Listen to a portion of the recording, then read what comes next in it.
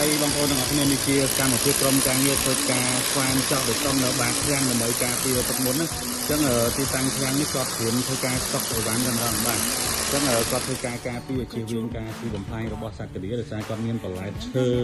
ដូចជាកេះឡាញ់ដែលស្តុកសម្ភារៈរបស់គាត់អញ្ចឹងគាត់ទុកចោលរយៈពេលយូរអញ្ចឹង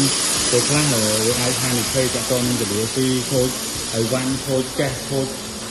សម្ភារៈផ្សេងៗនៅក្នុងឃ្លាំងហើយទីតាំងនេះជាទីតាំងអอฟฟิศហើយនឹងផ្ទះបាយដែលជាប់មកជាមួយឃ្លាំងបាទអញ្ចឹងក៏យើងធ្វើការការពារទឹកមុនទាំងអស់បាទអញ្ចឹង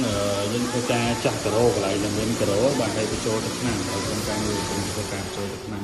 ហើយនៅទីតាំងឃ្លាំងដោយសារវាជាផ្ទៃបេតុងអញ្ចឹងយើងចោះទម្លុះបេតុងដើម្បីបញ្ចូលទឹកថ្នាំទៅបាតឃ្លាំងបាទអញ្ចឹង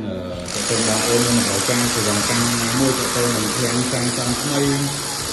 ឃ្លាំងមានបញ្ហាចង្វាឬក៏អត់មានចង្វាអាចធ្វើការការពារទឹកនេះបាទអរគុណ